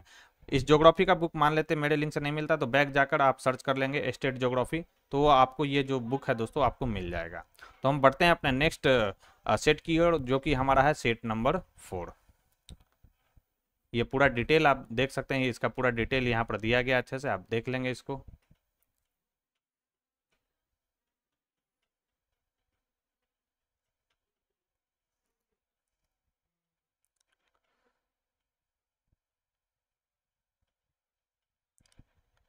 चलिए तो अब हम फर्स्ट सवाल की ओर चलते हैं, जो कि प्रैक्टिस सेट नंबर 4 का हमारा फर्स्ट सवाल है। आइए एक एक कर हम सवाल देखते हैं। थोड़ा स्पीड में ही चलेंगे हम लोग, क्योंकि 100 क्वेश्चन हम लोगों ने कर लिया और 100 क्वेश्चन अभी हमें करना है। पहला सवाल है कि कांडला बंदरगाह निम्नलिखित किस प्रदेश में स्थित है? सभी को मालूम होगा कि कांडला जो बंदरगाह है कहाँ पर है, गुजरात राज्य में स्थित है। कोंकण रेलवे किस क्षेत्र से गुजरता है? तो कोंकण रेलवे जो है दोस्तों पश्चिमी घाट क्षेत्र से होकर गुजरता है। नेक्स्ट है, नगरों के वर्गीकरण का सबसे उपयुक्त आधार निम्नलिखित में से कौन सा है? तो नगरों के वर्गीकरण का सबसे उपयुक्त जो आधार है निम्नलिखित में से कौन सा है? तो यह है दोस्तों कार्य। राइट आंसर हो जाएगा सी। नेक्स्ट है, 2011 की जनगणना के अनुसार निम्नलिखित में से किस राज्य में जनसंख्या की सबसे कम दशकीय वृद्धि दर रही है? सबसे कम दशकीय वृद्धि कहां पर देखने को मिला है? तो यह देखने को मिला है नागालैंड में। राइट आंसर हो जाएगा 4 का राइट आंसर हो जाएगा ऑप्शन डी। और यहां पर जो है दोस्तों दशकीय जनसंख्या वृद्धि -0.6% है, ये याद रखना है आपको। ठीक है। उसके बाद कहां पर देखने को मिला है, तो केरल में देखने को मिला। नेक्स्ट है कोडरमा किस खनिज के लिए प्रसिद्ध है, तो कोडरमा जो है दोस्तों अब्रक के खनिज के लिए फेमस है। कहां पर है, तो झारखंड में है। भारत का अधिकांश लौह अधातुक एवं लौह धातुक खनिज निम्नलिखित शैल समूह में किससे संबंधित है, कई बार ये सवाल आ चुका है। तो यह जो है किस शैल समूह में स्थित है, तो याद रखना धारवाड़ समूह में स्थित है। नेक्स्ट निम्नलिखित में से कौन सी फसल भारत की राष्ट्रीय खाद्य सुरक्षा मिशन में सम्मिलित नहीं है, तो इसमें जो है दोस्तों कौन कौन सा शामिल नहीं है आपको याद रखना है, कौन शामिल नहीं है राष्ट्रीय खाद्य सुरक्षा में। तो राष्ट्रीय खाद्य सुरक्षा में शामिल होने वाला कौन सा नहीं है इसमें, ये है दोस्तों तिलहन इसमें शामिल नहीं है, जबकि चावल गेहूं और दाल जो है इसमें सम्मिलित है दोस्तों। प्रत्येक गरीब परिवारों को प्रति व्यक्ति महिला हो या पुरुष हो 5 किलोग्राम खाद्यान्न प्रदान किया जाएगा राष्ट्रीय खाद्य सुरक्षा मिशन के तहत। ठीक है, कब आया था, 2013। नेक्स्ट है निम्नलिखित में से कौन सा या कौन से दूसरी हरित क्रांति के उद्देश्य नहीं था। दूसरा हरित क्रांति जब आया था तो उसका उद्देश्य कौन सा दूसरी हरित क्रांति का उद्देश्य कौन सा था, यह आपसे बोला जा रहा है। तो किसानों की प्रति व्यक्ति आय में वृद्धि करना और उनके जीवन स्तर को ऊपर उठाना यह था। जैविक प्रौद्योगिकी के उपयोग को शामिल करना या उसको महत्व दिया जाना, यह भी इसमें शामिल था। दूसरी सेकंड जो ग्रीन रेवोल्यूशन देखने को मिला था। प्रमुख भोजन दालें तिलहन तथा औद्योगिक कच्चे माल से आत्मनिर्भर बनाना, यह भी जो था इसका उद्देश्य था। राइट आंसर हो जाएगा 8 का राइट आंसर ऑप्शन ए हो जाएगा। नेक्स्ट कौन एक वन संरक्षण उपाय से संबंधित है, तो वन संरक्षण उपाय से संबंधित कौन सा है, तो वनों की कटाई में वैज्ञानिक और विवेकपूर्ण विधियों का प्रयोग, यह जो है दोस्तों वन संरक्षण से संबंधित है। नेक्स्ट है हमारा कोपेन के वर्गीकरण के अनुसार भारत में एएस प्रकार की जलवायु कहाँ पाई जाती है। तो कोपेन का जो जलवायु वर्गीकरण है वो आपको अच्छे से पढ़ लेना है, ठीक है, कहीं से मिले तो हालांकि इसमें डिटेल भी दिया गया, आप देख भी सकते हैं इसका। तो पूर्वमंडल तट में जलवायु देखने को मिलता है एएस प्रकार का। नेक्स्ट निम्नलिखित युग्म में कौन सुमेलित नहीं है, जैव मंडल संरक्षित क्षेत्र और राज्य दिया गया। नौकरी कहाँ पर है, इंपॉर्टेंट है, बीबीआई कर लीजिए इसको। नौकरी कहाँ पर देखने को आपको मिलेगा, तो आइए देख लेते हैं नौकरी कहाँ पर है। तो मानस जो उत्तराखंड में नहीं, मानस कहाँ पर है, तो मानस जो है असम में आपको देखने को मिले, यही गलत है। नौकरी का आपको मेघालय राज्य में बिल्कुल सही, शिमलीपाल उड़ीसा में है और अगस्त्य मलाई कहाँ पर है, केरल में। मानस कहाँ पर है, असम में है, न कि उत्तराखंड में। ठीक है, चलिए आगे बढ़ते हैं। पर्यावरण सुरक्षा अधिनियम पारित हुआ था, तो पर्यावरण जो सुरक्षा अधिनियम है 1986 में पारित हुआ था। नेक्स्ट टेरा रोसा मिट्टी के संबंध में कौन सा सही है, नीचे दिए गए कूट का उपयोग करके सही उत्तर का चयन कीजिए। टेरा रोसा मिट्टी के बारे में पूछा जा रहा है, आइए देखते हैं इसका राइट आंसर क्या हो जाएगा। तो इसका रंग लाल युक्त होता है, यानी ललाई युक्त होता है, बिल्कुल सही है ये। तो यह सुप्रवाहित अच्छी तरह से सूखने वाली मिट्टी है, यह भी सही है। इसका पीएच सामान्य होता है, यह भी स्टेटमेंट टेरा रोसा मिट्टी के बारे में सही है। राइट आंसर हो जाएगा ऑप्शन डी। लेटराइट मृदा निम्नलिखित में से लेटराइट मृदा की निम्नलिखित में से कौन सी विशेषता है, लेटराइट मृदा के बारे में यह सवाल पूछा जा रहा है। तो आयरन से भरपूर यह होता है लेटराइट मृदा। ठीक है, राइट आंसर हो जाएगा ऑप्शन ए। और देश में इस प्रकार की मृदा कहाँ पर आपको देखने को मिलेगा, तो केरल महाराष्ट्र असम में देखने को आपको मिलेगा। और लेटराइट मिट्टियों का स्वरूप है ईंट जैसा होता है, भीगने पर यह कोमल और सूखने पर कठोर हो जाती है। ये मिट्टियां सामान्यतः लौ ऑक्साइड पोटास तथा एल्युमिनियम से समृद्ध होती है। इनमें नाइट्रोजन चूना तथा जैविक पदार्थों की कमी होती है। इस मिट्टी में चाय कहवा रबर काजू आदि की खेती की जाती है। तो ये पॉइंट इंपॉर्टेंट है, इसमें जो है चाय, ठीक है, कहवा रबर काजू इसकी खेती की जाती है लेटराइट मृदा में। नेक्स्ट सूची 1 को सूची 2 से मिलान करना, एक तरफ उद्यान दिया गया और अवस्थिति। कालसेड़ जो उद्यान है कहाँ पर देखने को आपको मिलेगा, तो यह देखने को मिलेगा हरियाणा राज्य में। नमेड़ी कहाँ पर, तो नमेड़ी जो है उद्यान जो है राष्ट्रीय उद्यान, यह आपको असम यानी असम में देखने को मिलेगा। मोरलेम कहाँ पर देखने को मिलेगा उद्यान, राष्ट्रीय उद्यान, तो यह देखने को मिलेगा गोवा में। और मुरलेन कहाँ पर देखने को मिलेगा, मिजोरम में। ए का क्या हो जाएगा 4 और बी का क्या हो जाएगा 1, सी का क्या हो जाएगा 2 और डी का क्या हो जाएगा दोस्तों 3। तो 4 1 2 3 इसका राइट आंसर हो जाएगा। 4 1 2 3 किसमें, ऑप्शन बी में। नेक्स्ट निम्नलिखित में से कौन सा भारत के पूर्वी तट में शीत ऋतु की वर्षा के लिए अत्यधिक उत्तरदायी है। तो पूर्वी तट पर शीत ऋतु की वर्षा के लिए अत्यधिक उत्तरदायी कौन सा है, तो यह है दोस्तों, याद रखना है आपको। इसका राइट आंसर की बात करें तो इसका राइट आंसर हो जाएगा उत्तर पूर्वी मानसून। नेक्स्ट भारत में राष्ट्रीय जल नीति कब प्रारंभ की गई थी, तो भारत में राष्ट्रीय जो जल नीति लाया गया था दोस्तों 2012 में लाया गया था। हीराकुंड बांध किस नदी पर है, पहले भी हम लोग देख चुके हैं, महानदी पर स्थित है। कर्क रेखा किस नदी को नहीं काटती है, कर्क रेखा जो है किस नदी को नहीं काटती है, यह सवाल पूछा गया। अच्छा सवाल है। तो कर्क जो रेखा है दोस्तों वह किस नदी को नहीं काटती है, तो 19 का जो राइट आंसर हो जाएगा वो नर्मदा नदी को नहीं काटती है, जबकि सोन, रिहंद और बेतवा को ये क्या करता है दोस्तों, करती है दोस्तों, काटती है। और 8 राज्यों से होकर गुजरती, कई बार हम लोग देख भी चुके हैं कौन कौन सा वो 8 राज्य है। भारत का कौन सा क्षेत्र धान का कटोरा कहलाता है, तो कौन सा क्षेत्र धान का कटोरा कहलाता है, तो कृष्णा गोदावरी जो डेल्टा है उसे धान का कटोरा कहा जाता है दोस्तों, याद रखना है। नेक्स्ट है, भारत के निम्नलिखित प्रदेशों में से कौन सा मृदा अपरदन से सर्वाधिक प्रभावित होता है, तो अपरदन से सर्वाधिक प्रभावित होने वाला मृदा कौन सा है, तो ये चंबल घाटी है। नेक्स्ट है कि रेचना दोआब किन नदियों के मध्य अवस्थित है, तो रेचना जो दोआब है किन नदियों के मध्य स्थित है, तो यह जो दोआब है रावी और चेनाब नदी के बीच स्थित है दोस्तों। जैसे जम्मू और कश्मीर के निम्न हिमालयी क्षेत्रों को समुद्र तल से औसत ऊंचाई के संदर्भ में अवरोही क्रम में चुनिए। अवरोही क्रम में चुना यानी सबसे बड़ा से छोटा की ओर आपको बढ़ना है। राइट आंसर हो जाएगा काराकोरम, लद्दाख, जस्कर और पीर पंजाल, ये है अवरोही क्रम। राइट आंसर हो जाएगा बी। जैसे हिमालय के किस भाग में हम किड़वा निर्माण को पाते हैं, किड़वा निर्माण किस में आपको देखने को मिलेगा, तो ये जो है दोस्तों किड़वा का निर्माण जो है कश्मीर हिमालय में आपको देखने को मिलेगा। राइट आंसर हो जाएगा 24 का डी।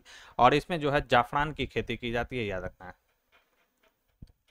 नेक्स्ट है, निम्नलिखित में से कौन सी नदी भ्रंश घाटी से प्रवाहित होती है, तो याद रखना है नर्मदा जो ताप्ती है वो भ्रंश घाटी से होकर प्रवाहित होती है। नेक्स्ट है, अंडमान एवं निकोबार द्वीप समूह है, तो अंडमान और निकोबार जो द्वीप समूह है वह निमज्जित श्रेणियों के अवशेष से ये इस द्वीप समूह का निर्माण हुआ है, अंडमान एवं निकोबार द्वीप समूह का।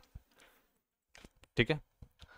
नेक्स्ट है, भारत देश का उत्तर दक्षिण विस्तार तथा पूर्व पश्चिम विस्तार कितना है, तो सभी को मालूम होगा 3214 किलोमीटर उत्तर से दक्षिण तक विस्तार है और 2933 किलोमीटर पूर्व से पश्चिम इसका जो है विस्तार देखने को मिलता है। 27 का राइट आंसर क्या हो जाएगा, 27 का राइट आंसर ऑप्शन बी इसका बिल्कुल परफेक्ट आंसर हो जाएगा। और विश्व के कुल क्षेत्रफल का कितना प्रतिशत भारत एक्वायर किए हुए, तो 2.43% है। नेक्स्ट है कि कर्क रेखा निम्नलिखित में से भारत के किस राज्य से होकर नहीं गुजरती है, कहां से यह नहीं गुजरता है, याद रखना है। तो राइट आंसर 28 का राइट आंसर हो जाएगा मणिपुर से होकर नहीं गुजरता। कहां कहां से होकर ये गुजरता है एक बार सुन भी लीजिए, गुजरात, राजस्थान, मध्य प्रदेश, छत्तीसगढ़, झारखंड, पश्चिम बंगाल, त्रिपुरा और मिजोरम से होकर यह गुजरती है। ठीक है, राइट आंसर हो जाएगा ऑप्शन सी, मणिपुर से नहीं गुजरता। वान थ्यूनन के अनुसार किसी शहर के चारों ओर विकसित भूमि उपयोग कटिबंध की संख्या कितनी होती है, तो अभी हम लोगों ने देखा था इसमें संख्या कितना था, तो याद कीजिए उसमें संख्या था 6। पेन अमेरिका हाईवे जोड़ता है, तो पेन अमेरिका जो हाईवे है दोस्तों वह किसे जोड़ता है, तो यह जोड़ता है प्रूधे अलास्का को दक्षिण अमेरिका के अर्जेंटीना से। ठीक है, तो प्रूधे अलास्का को दक्षिण अमेरिका के अर्जेंटीना से जोड़ता है पेन अमेरिका हाईवे। नेक्स्ट, निम्नलिखित में से कौन सी झील स्वेज नहर के मार्ग में नहीं पाई जाती है, तो कौन सी जो झील है स्वेज नहर के मार्ग में नहीं पाया जाता, तो तुर्काना झील। नेक्स्ट, निम्नलिखित में से कौन उद्योगों के संकेंद्रण की मात्रा के पहचान की विधि नहीं है, तो उद्योगों के संकेंद्रण की मात्रा के पहचान की विधि कौन सा नहीं है, तो 32 का राइट आंसर हो जाएगा यह स्थानीयकरण माध्यिका नहीं है। उद्योगों के स्थानीयकरण का कौन सा प्रधान कारक नहीं है, तो कौन सा प्रधान कारक इसमें नहीं है, तो परिवहन नहीं है। सूची 1 को सूची 2 से मिलान करना है। चलिए, लौह इस्पात, मोटर गाड़ी, पोत निर्माण। तो आपको मोटर गाड़ी के लिए कौन है, डेट्रॉइट फेमस है, सभी को मालूम होगा। लौह इस्पात के लिए कौन फेमस है, तो यह डार्टमुंड है। पोत निर्माण के लिए कौन फेमस है, तो यह है पोर्ट्स माउथ है। और वायुयान के लिए कौन है, तो बेंगलुरु है। ए का 2, बी का क्या हो जाएगा 4, सी का 1 और डी का क्या हो जाएगा 3। राइट आंसर हो जाएगा 2413। 2413 किसमें, तो ऑप्शन डी में राइट आंसर होगा। निम्नलिखित में से कौन सा सागरीय संसाधन नहीं है, तो कौन सा सागरीय संसाधन नहीं है दोस्तों, याद रखना है अब्रक जो है सागरीय संसाधन नहीं है। निम्नलिखित में से कौन भारतीय मूल की फसल नहीं है, अभी हम लोगों ने देखा था मक्का जो है मध्य अमेरिकी फसल है, ना कि भारतीय मूल की। राइट आंसर हो जाएगा 36 का सी।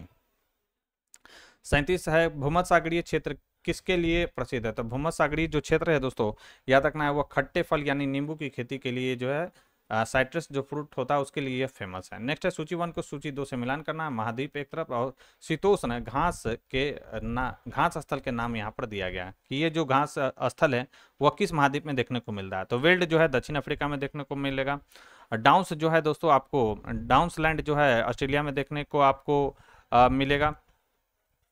प्रेरी जो है आपको कहाँ पर देखने को मिलेगा, तो प्रेरी जो है उत्तरी अमेरिका में देखने को मिलेगा।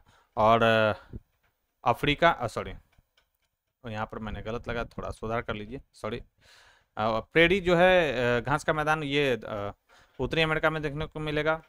पंपास जो है अर्जेंटीना में पाया जाता है, तो अर्जेंटीना कहाँ पर है, दक्षिण अमेरिका में, तो ये हो जाएगा। वेल्ड जो है दोस्तों कहाँ पर, तो वेल्ड जो है आपको देखने को मिलेगा अफ्रीका में। और डाउन्स लैंड जो है ये आपको देखने को मिलेगा ऑस्ट्रेलिया में। तो ए का 3, बी का 4, सी का 1 और डी का क्या हो जाएगा 2। तो इस क्वेश्चन का राइट आंसर हो जाएगा 3412। 3412 किसमें, तो ये है ऑप्शन डी में, और इसका राइट आंसर हो जाएगा डी। नेक्स्ट 39 नंबर सवाल हमारा, निम्नलिखित में से कौन सा कारक किसी भी क्षेत्र की कृषि को प्रभावित नहीं करता है। तो कौन सा कारक जो है किसी भी क्षेत्र की कृषि को जो है प्रभावित नहीं करता है, तो वह है विरासत। नेक्स्ट है सुप्रसिद्ध पुस्तक वर्ल्ड रिसोर्सेज एंड इंडस्ट्री लिखी गई थी। तो वर्ल्ड रिसोर्सेज एंड इंडस्ट्री किसके द्वारा लिखा गया था, तो यह दोस्तों लिखा गया था E.W. जिमरमैन के द्वारा। नेक्स्ट चीन के निम्न नगरों का उत्तर से दक्षिण कौन सा सही अनुक्रम है, ये सवाल दिया गया। तो सही अनुक्रम क्या है, तो टिनसन, उसके बाद सिंगटाओ, उसके बाद संघाई, और लास्ट में क्या क्या आ जाएगा, तो कैंगटन हो जाएगा। तो 2 4 1 3 इसका जो होगा परफेक्ट आंसर होगा, राइट आंसर हो जाएगा बी। नेक्स्ट कि नगर विकास का संयुक्त वृद्धि सिद्धांत किसने प्रस्तुत किया था। तो नगर विकास का संयुक्त वृद्धि जो सिद्धांत है वह दिया था गैरिसन ने, राइट आंसर हो जाएगा सी। नेक्स्ट कौन सा सुमिलित नहीं एक तरफ जनजाति और देश या क्षेत्र, यानी ये जनजाति की देश या क्षेत्र में रहती है। तो अभी हम लोगों ने देखा भी था मसाई के बारे में। मसाई जो जनजाति है आपको कहाँ पर देखने को मिलेगा, तो हाँ कीनिया और तंजानिया में, बिल्कुल ये सही है। बुशमैन जो है कहाँ पर, कालाहारी मरुस्थल में देखने को मिलेगा। बोरोरो जो है ब्राजील में आपको देखने को मिलेगा। चकमा जो है दोस्तों यह श्रीलंका का नहीं है, बल्कि कहाँ का है, तो अपना प्यारा देश भारत का है ये जनजाति, ठीक है। तो राइट आंसर हो जाएगा डी। नेक्स्ट है सुमेल कीजिए सूची 1 सूची 2 बंटू। तो बंटू आपको कहां पर देखने को मिलेगा, तो यह देखने को मिलेगा मध्य अफ्रीका में। इनका जो है दोस्तों कहां पर देखने को मिलेगा, तो यह देखने को मिलेगा पेरू में। जाड़वा कहां पर देखने को मिलेगा जनजाति, तो यह देखने को मिलेगा अंडमान में। और लैप्स तो स्कैंडिनेविया में, ठीक है। तो इसका राइट आंसर हो जाएगा 1 2 3 4, राइट आंसर हो जाएगा ऑप्शन है। फिर सूची 1 को सूची 2 से मिलान, एक तरफ प्रवास मॉडल यानी सिद्धांत और प्रस्तावक यानी विद्वान कौन थे इसके, तो 45 गुरुत्व मॉडल किसने दिया था, गुरुत्व मॉडल दिया था किसने, तो यह दिया था रॉली ने। न्यूनतम प्रयास सिद्धांत किसने दिया था, तो न्यूनतम प्रयास सिद्धांत दिया था किसने, तो यह दिया था जिफ ने। सूक्ष्म विश्लेषणात्मक मॉडल किसने दिया था, तो यह दिया था दोस्तों हैगर स्टैंड ने। किसने दिया था, हैगर स्टैंड ने। और प्रतियोगी प्रवासी मॉडल किसने दिया था, तो स्टोफर ने दिया था।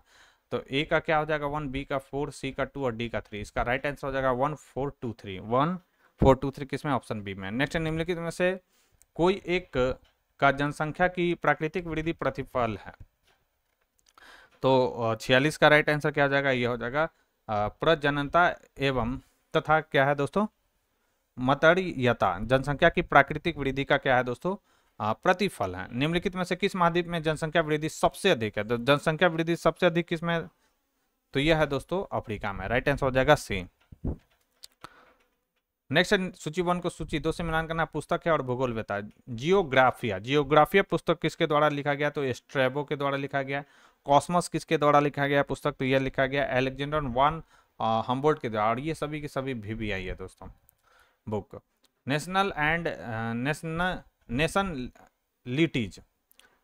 नेशंस एंड नेशन लिटीज ये जो है पुस्तक किसके द्वारा लिखा गया, तो ये लिखा गया रेक्लूज के द्वारा। और एंथ्रोपोजियोग्राफी किसके द्वारा, तो रेडजेल के द्वारा लिखा गया। ए का क्या हो जाएगा 4, बी का 1, सी का 2 और डी का 3। राइट आंसर हो जाएगा 4 1 2 3, 4 1 2 3 किसमें, ऑप्शन सी में। मानव भूगोल में पार्थिव एकता का सिद्धांत सर्वप्रथम प्रस्तुत किया था। तो मानव भूगोल में पार्थिव एकता का सिद्धांत सर्वप्रथम प्रस्तुत किसने किया था, तो यह किया था रेडजेल ने। 50 नंबर सवाल है, इनमें से किसे भूगोल का जनक कहा जाता है। तो सभी को मालूम होगा कि भूगोल का जो जनक है वह किसे कहा जाता है, तो इरोटेस्थनीज को कहा जाता है।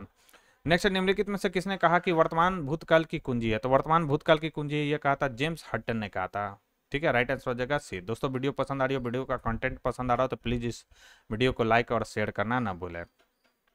और जो लोग हमारे चैनल से पहली बार जुड़े हैं तो चैनल को सब्सक्राइब कर ले, बेल आइकन को प्रेस कर ले, ताकि नए वीडियो की नोटिफिकेशन सबसे पहले आपको मिल सके। और इस बुक का जो परचेज लिंक है वो मैंने डिस्क्रिप्शन बॉक्स में दे दिया है, तो आप वहां से जाकर इसको परचेज कर सकते हैं। नेक्स्ट निम्नलिखित में से कौन एक जलवायु परिवर्तन का जैविक संकेतक नहीं है, तो जलवायु परिवर्तन का जैविक संकेतक कौन सा नहीं है, तो वह है ऑक्सीजन आइसोटोप नहीं है। नेक्स्ट खुले और विभिन्न आकारों और प्रकारों अपेक्षाकृत स्थिर समतुल्यता में जीवों और अकार्बनिक घटकों से युक्त भौतिक प्रणालियों की एक विशेष श्रेणी को डैश के रूप में परिभाषित किया गया है। तो इसे किस रूप में परिभाषित किया गया है? तो पारिस्थितिकी तंत्र के रूप में इसे परिभाषित किया गया है। ओरिजिन ऑफ स्पीसीज पुस्तक के लेखक कौन है? कई बार हम लोगों ने देख लिया कि ओरिजिन ऑफ स्पीसीज पुस्तक किसने लिखा था? तो यह लिखा था चार्ल्स डार्विन ने इसे लिखा था। राइट आंसर हो जाएगा ऑप्शन सी। नेक्स्ट है, निम्नलिखित में से कौन सी गर्म महासागरीय जलधारा? तो गर्म महासागरीय धारा कौन सा है? तो आपको याद रखना है कि गल्फ स्ट्रीम जो है वो गर्म महासागरीय धारा, जबकि दक्षिणी अटलांटिक विस्थापन या ड्रिफ्ट, लेब्राडोर और फॉकलैंड ये ठंडी जलधारा है। 55 का राइट आंसर हो जाएगा ऑप्शन बी। 56 की बात करें तो क्वेश्चन है कि उपसतहीय महासागरीय संचलन निम्नलिखित में से किससे प्रभावित होता है? तो उपसतहीय महासागरीय जो संचलन है किससे प्रभावित होता है? तो यह होता है तापमान और लवणता दोनों से। फिर सूची 1 को सूची 2 से मिलान करना है। एक तरफ महासागरीय निक्षेप और उत्पत्ति है। आइए एक एक कर हम मिलान करते हैं। तो सबसे पहले है तट तलवासी पदार्थ। तो तट जो तलवासी पदार्थ है वह क्या है? तो याद रखना है, यहाँ पर मैं थोड़ा इसे ऊपर कर देता हूं। तो तट तलवासी जो है पदार्थ यह सागरीय जीव जंतु तथा पादपों के मृत अस्थि पंजर से यह निर्मित होता है। अगाथ जो सागरस्थ है वह शैवाल प्रकार का है। और टेरापॉड जो उज है वह प्लवक मोलस्क जीव के कोष हैं। और डाइटम उज क्या है? तो यह मृतिका अंश युक्त अत्यंत सूक्ष्म पौधे के अवशेष है। ए का क्या हो जाएगा? 3। और अगाथ की अगर बात करें तो ये 4 हो जाएगा। टेरापॉज की बात करें तो ये क्या हो जाएगा? 1 हो जाएगा। और डाइटम उच की बात करें तो ये क्या हो जाएगा? 2 हो जाएगा। 3 4 1 2 इसका राइट आंसर हो जाएगा। 3 4 1 2 राइट आंसर हो जाएगा ऑप्शन ए। कोपेन के जलवायु वर्गीकरण के अनुसार प्रतीक एस एवं मतलब कैपिटल एस और कैपिटल जो डब्ल्यू है का प्रयोग मुख्यतः किस वृहत जलवायु वर्ग के उप विभागों को दर्शाने के लिए किया गया है? तो एस और डब्ल्यू का इसमें पूछा गया है सवाल दोस्तों। राइट आंसर हो जाएगा बी प्रकार की जलवायु। निम्नलिखित में से कौन सा युग्म सही नहीं है? कौन सा युग्म सही नहीं है? आइए एक एक कर देखते हैं कौन सा युग्म सही नहीं है। तो चिनूक संयुक्त राज्य अमेरिका में बहने वाली हवा बिल्कुल। ब्रिक फिल्डर ऑस्ट्रेलिया में। फॉन जो है स्विट्जरलैंड में, ये बिल्कुल सही। हरमटन जो है सऊदी अरब में नहीं बता है। ठीक है, याद रखना है। हरमटन जो है सहारा रेगिस्तान में से उत्तर पूर्व दिशा में चलने वाली गर्म एवं शुष्क पवन है। ठीक है, याद रखेंगे। तो यही इसमें जो है गलत दिया गया है। नेक्स्ट है सूची 1 को सूची 2 से मिलान करना। स्थानीय पवन का नाम। सारे के सारे ये सब जो पवन है दोस्तों ये सब इंपॉर्टेंट है। घास के मैदान हो चाहे पवन, सवाल आना ही आना है इससे। सूची 1 को सूची 2 से मिलान करना। स्थानीय पवन का नाम है और दूसरी तरफ दिया गया क्षेत्रीय आदेश। फॉन कहाँ पर चलता है? तो फॉन आपको देखने को मिलेगा स्विट्जरलैंड में। लेवेंटर कहाँ पर देखने को मिलेगा? तो यह देखने को मिलेगा स्पेन में। सांता आना कहाँ पर यह पवन चलता है? तो यह देखने को मिलेगा कैलिफोर्निया में। और जोंडा जो है कहाँ पर? अर्जेंटीना में। तो ए का क्या हो जाएगा? 4, बी का 2, सी का 3 और डी का 1। 4 2 3 1 इसका राइट आंसर हो जाएगा। 4 2 3 1 किसमें? तो ऑप्शन बी में। निम्नलिखित में से कौन सी सतह सर्वाधिक एल्बिडो दर्शाती है? तो कौन सी सतह जो है सर्वाधिक एल्बिडो दर्शाती है? तो ताजा गिरी जो बर्फ है वह सर्वाधिक एल्बिडो दर्शाएगा दोस्तों। शीतोष्ण चक्रवात किन अक्षांशों के मध्य उत्पन्न होता है? शीतोष्ण जो चक्रवात है किन अक्षांशों के मध्य उत्पन्न होता है? तो 35 डिग्री से 65 डिग्री उत्तर एवं दक्षिणी अक्षांशों के मध्य शीतोष्ण चक्रवात उत्पन्न होता है। सूची 1 को सूची 2 से मिलान करना। एक तरफ भू आकृति अपर्दन के कारण। तो ज्यूजेन इंपॉर्टेंट सवाल है, VVI इसको कर लेंगे। तो ज्यूजेन जो है दोस्तों निर्मित होता है किस अपर्दन के? पवन के अपर्दन से यह निर्मित होता है। पोलेजेज जो है किसके अपर्दन से? तो भूमिगत जल के अपर्दन से यह निर्मित होता है। केम जो है किसके कारण निर्मित होता है? तो हिमानी के अपर्दन से। और बहता जल से निर्मित कौन सा होता है? तो यह होता है रेपिड्स। राइट आंसर हो जाएगा ए का 3, बी का 4, सी का 2 और डी का 1। राइट आंसर हो जाएगा 3 4 2 1। 3 4 2 1 किसमें? तो ऑप्शन डी में। नेक्स्ट है निम्नलिखित में से कौन एक सही सुमेलित नहीं है? सही सुमेलित कौन सा नहीं है? तो याद रखना है जल विभाजकों का नियम यह दिया था एम मोरिसावा ने, यह स्टेटमेंट इसमें गलत है।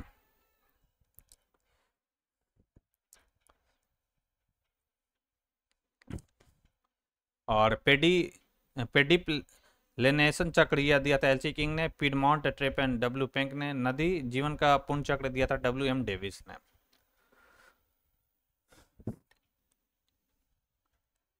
ये जो इन्होंने दिया था एम मोरिसावा ने, इन्होंने दिया था टेक्नो जियोमेट्री मॉडल। ठीक है, ना कि जल विभाजकों का नियम। नेक्स्ट निम्नलिखित प्रक्रिया में से कौन सी एक अनुक्रमिक प्रक्रिया? कौन सी अनुक्रमिक प्रक्रिया है? तो अपर्दन जो है यह जो है अनुक्रमिक प्रक्रिया। नेक्स्ट है बहुशंकु प्रक्षेप का आविष्कार किया था। बहुशंकु प्रक्षेप का जो आविष्कार है यह किसके द्वारा? तो फर्डिनेंड हैसलर ने इसका आविष्कार किया था। निम्न में से कौन एक GIS मॉडलिंग का परिणाम नहीं है? तो GIS मॉडलिंग का परिणाम कौन सा नहीं है? तो जीआईएस का फुल फॉर्म आप मुझे कमेंट बॉक्स में लिखकर बताएंगे, और इसका परिणाम मैं बता देता हूं कौन सा नहीं है। तो प्रतिष्ठित प्रतिरूप इसका परिणाम नहीं है। नेक्स्ट, जीआईएस में निम्नलिखित में से कौन सा आंकड़ा आरूप यानी फॉर्मेट उपग्रह से प्राप्त तस्वीरों के संगत होता है? तो 68 का राइट आंसर हो जाएगा, यह है रोस्टर आंकड़ा आरूप। नेक्स्ट है, किसे आर्कटिक वृत्त कहा जाता है? तो आर्कटिक जो वृत्त है दोस्तों वह कहा जाता है किसे? तो 66.5 उत्तरी अक्षांश है उसे आर्कटिक वृत्त कहा जाता है। इंपॉर्टेंट सवाल है, याद रखना है। आर्कटिक वृत्त किसे कहा जाता है? तो 66.5 जो उत्तरी अक्षांश है उसे जो है आर्कटिक वृत्त कहा जाता है। नेक्स्ट, निम्नलिखित पदों में से किस एक का संबंध प्लेट विवर्तन की सिद्धांत से यानी टेक्टोनिक सिद्धांत से नहीं है? ये सवाल आपसे पूछा जा रहा है। 70 का राइट आंसर हो जाएगा, उत्प्लावकता का बल, यह प्लेट टेक्टोनिक सिद्धांत से संबंधित नहीं है। महाद्वीपीय विस्तारण का सिद्धांत किसने दिया था? तो यह दिया था वेगनर ने। कब दिया था? 1912 में, ये याद रखना है। टूजो विल्सन का उष्ण स्थल सिद्धांत संबंधित है। तो टूजो विल्सन का जो उष्ण स्थल सिद्धांत है दोस्तों वह किससे संबंधित है? यह है ज्वालामुखी की उत्पत्ति से। राइट आंसर हो जाएगा ए। नेक्स्ट, पृथ्वी का सर्वाधिक आयतन और द्रव्यमान पाया जाता है। तो पृथ्वी का सर्वाधिक आयतन और जो द्रव्यमान देखने को मिलता है दोस्तों वह मेंटल से देखने को मिलता है। राइट आंसर हो जाएगा बी। जब सूर्य, पृथ्वी और चंद्रमा तीनों एक सिद्ध में होती है तो उस स्थिति को क्या कहा जाता है? तो जब सूर्य, चंद्रमा और पृथ्वी तीनों एक सिद्ध में होते तो उस स्थिति को सिजीगी कहा जाता है। क्या कहा जाता है? सिजीगी कहा जाता है। वीवीआई लगा लीजिए इसको। सूची 1 को सूची 2 से मिलान करना। 75 नंबर में भूवैज्ञानिक युग और भूवैज्ञानिक अवधि। नियोजोइक यानी नवजीवक, तो इसमें क्या देखने को मिलेगा? तो यह था प्लीस्टोसीन। मेसोजोइक यानी मध्य अवधिक, यह था जुरैसिक। सेनोजोइक या सेनोजोइक, यह कौन सा हो जाएगा? तो यह होगा मायोसिन। और पैलियोजोइक पूराजीवी इसमें देखने को मिला है तो यह सिलियोरीन हो जाएगा। तो ए का क्या हो जाएगा? 3, बी का 1, सी का 2 और डी का 4। 3 1 2 4, 3 1 2 4 किसमें? ऑप्शन डी में। चुंबकीय तूफान क्या है? चुंबकीय तूफान क्या है? चुंबकीय तूफान है खगोलीय पिंडों के चुंबकीय क्षेत्रों में गड़बड़ी, ये इसे कहा जाता है चुंबकीय तूफान। नेक्स्ट, बिहार के इतिहास में पहली बार राज्य का आर्थिक सर्वेक्षण प्रस्तुत किया गया था। तो राज्य का पहली बार आर्थिक सर्वेक्षण किसने प्रस्तुत किया था? सुशील कुमार मोदी के द्वारा प्रस्तुत किया गया था। अभी हम लोगों ने पिछले बार देखा था कब प्रस्तुत किया गया था, तो 2006-7 में। ठीक है। नेक्स्ट, निम्नलिखित में से कौन सा स्थान बिहार में वन जीवन के लिए प्रसिद्ध है? तो वन जीवन के लिए कौन सा फेमस है, ये आपसे सवाल पूछा गया। तो यह है बोध गया। वाइल्ड लाइफ के लिए कौन फेमस है? तो यह है कौन सा दोस्तों? बोध गया है। तो बिहार में गौतम बुद्ध पक्षी अभ्यारण्य बोध गया में, और जो कि वाइल्ड लाइफ के लिए क्या है? फेमस है। नेक्स्ट है, भारतीय जनगणना 2011 के अनुसार पुरुषों एवं स्त्रियों दोनों में प्रतिशत साक्षरता किस राज्य की न्यूनतम है? तो किस राज्य का न्यूनतम है? तो यह है बिहार राज्य की। राइट आंसर हो जाएगा सी। और बिहार का ओवरऑल लिटरेसी रेट कितना है? तो 61.8% है, याद रखना है। पुरुष कितने प्रतिशत साक्षर है? तो 71.2%। तो वहीं अगर हम महिलाओं की बात करें तो कितना प्रतिशत है 2011 के जनगणना के अनुसार? तो 51.5%। नेक्स्ट है, बिहार राज्य में गंगा नदी पर सबसे लंबा सेतु कौन सा है? तो सबसे लंबा सेतु सभी को मालूम होगा, यह कौन सा? महात्मा गांधी सेतु है। नेक्स्ट, बिहार में भारी मशीन निर्माण प्लांट स्थित है। बिहार में भारी मशीन निर्माण जो प्लांट है दोस्तों वह कौन सा है? तो यह है रांची में स्थित है। ठीक है। हालांकि रांची अब कहाँ पर है? झारखंड जिले का है, झारखंड राज्य का जिला मैं बोल रहा हूँ। बिहार राज्य की मुख्य नगद फसल कौन सी है? तो बिहार राज्य की मुख्य नगद फसल कौन सा है? तो यह है जो है दोस्तों नगद फसल कौन सा है? गन्ना है। बिहार की सुमेश्वर श्रेणी है। तो बिहार की जो सुमेश्वर श्रेणी है क्या? तो यह जो है दोस्तों इन सबों में क्या है? सबसे नई है। नेक्स्ट, उत्तर बिहार किसके लिए प्रसिद्ध है? तो उत्तर बिहार आप सभी को मालूम होगा, उत्तर बिहार जो है बाढ़ के लिए फेमस है। बिहार का कुल भौगोलिक क्षेत्रफल कितना है? तो बिहार का कुल भौगोलिक जो क्षेत्रफल है दोस्तों वह कितना देखने को मिलता है? तो यह 174 लगभग 174,000 वर्ग किलोमीटर जो है दोस्तों देखने को मिलता है। किंतु विभाजन के पश्चात इस राज्य का कुल क्षेत्रफल कितना था? तो याद, भौगोलिक क्षेत्रफल कितना हो गया? तो 94,163 वर्ग किलोमीटर है। और भारत के कुल भौगोलिक क्षेत्रफल का बिहार कितना एक्वायर किए हुए? तो 2.86%। नेक्स्ट, बिहार राज्य विभाजित कर झारखंड राज्य कब बनाया? तो बिहार राज्य को विभाजित कर झारखंड राज्य को कब बनाया गया था? सभी को मालूम होगा, नवंबर 2000 में झारखंड जो है बना था। बिहार की कुल जनसंख्या का प्रतिशत भाग गरीबी रेखा के नीचे है। तो कितना जो भाग है बिहार की जनसंख्या का गरीबी रेखा से नीचे है? तो याद रखना है 41%। राइट आंसर हो जाएगा बी। नेक्स्ट, भारत में सन 1904 में प्रथम सीमेंट उद्योग संयंत्र जो है कहाँ स्थापित किया गया था? प्रथम सीमेंट जो उद्योग संयंत्र है कहाँ पर स्थापित किया गया था? तो यह स्थापित किया गया था चेन्नई में। ठीक है, नेक्स्ट है कैडेस्ट्रल मानचित्र डैश को निरूपित करने वाला मानचित्र है। तो यह जो है भूमि संपत्ति या भूमि के खंड या भूखंड को डिनोट करने वाला क्या है? ये कैडेस्ट्रल मानचित्र है। नेक्स्ट है लाभ अधिकतमकरण के लॉस सिद्धांत के संदर्भ में निम्नलिखित में से कौन सा कथन जो है सही है?